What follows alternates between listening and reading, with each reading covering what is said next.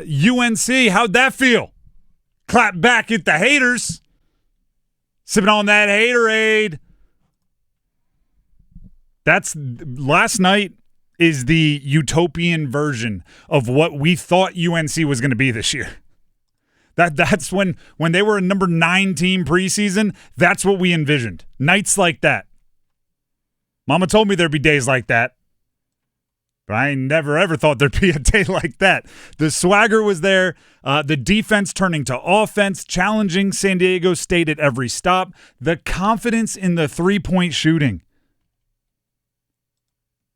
That is the most three-pointers made by one team in a single NCAA tournament game since the three-pointer was introduced back in 1986.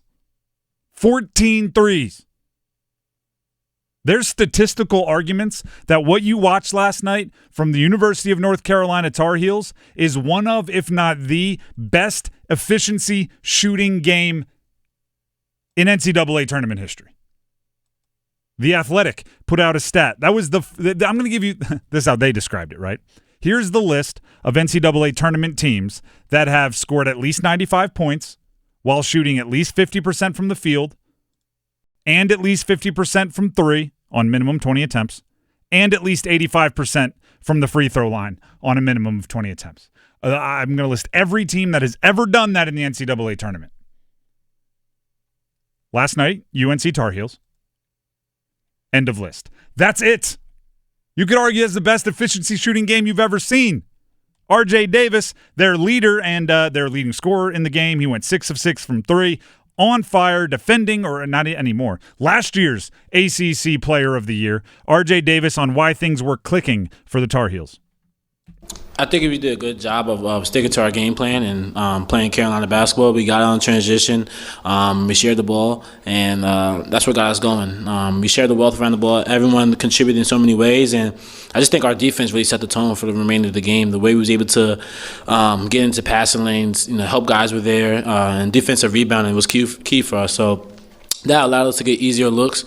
Elliott was phenomenal today. He had 12 assists, and he was able to find guys with pitch aheads. Seth was amazing at attacking the rim. So it's just like little plays like that allowed us to go into a run. Little plays like that allowed him to go on a run. It was a bunch of little plays. It was a big run. They were ahead by 40 at one point in time. But that's not the whole story, is it, Tar Heel fans? That's not – the whole story wasn't just a team made the tournament, had to go to Dayton, and they lit it up. It wasn't just a team that we knew was talented, played to their potential for – that wasn't the whole story, was it? Does last night vindicate UNC's inclusion in the tournament field?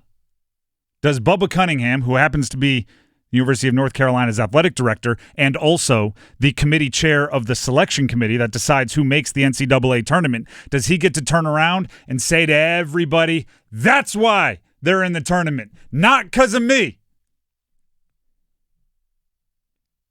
I don't think it does. Matter of fact, I don't understand how it would. By the way, I think UNC should have been in. I said that beforehand. I said that before the selection show. So I believe they should be in. But I don't see how last night changes your mind if you thought they shouldn't be in.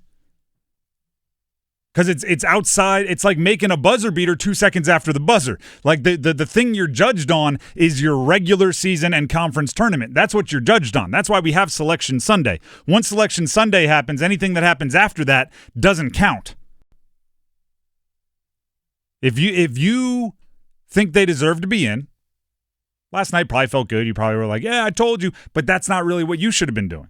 And if you don't think they should have been in, you shouldn't have been watching last night going, ooh, I was way wrong. The deal was, regardless of how talented you are, regardless of how well you can play, you get to go in or not based on how well you did play. Jay Billis, who to put on Front Street, Duke basketball player back in the day, longtime analyst for ESPN. You know Jay Billis. He was asked if UNC proved they deserved to be in the tourney with their performance in Dayton. Yes and no. I mean, North Carolina's won 8 of their last 10 coming into the tournament, and they were right there on the bubble with several other teams. So they were worthy of inclusion, but reasonable minds could differ. It depends on what you valued. I didn't think they were going to make it based upon the fact that the mantra of the NCAA selection committee has always been, who did you play and who did you beat? Well, they played everybody. They had a great schedule. They just didn't beat as many quality teams as other teams on the bubble. So I was surprised they were in. But once they get in, all of that selection stuff is backward looking. It's based on your body of work. So what happens in the tournament doesn't validate your inclusion. And it doesn't say that if a number 1 seed loses in the first or second round that they didn't belong in the tournament or they didn't deserve their number 1 seed. It's based on your body of work. So I understand the yelling and screaming over Carolina, but they're still a good team. They just were consistently inconsistent throughout the season.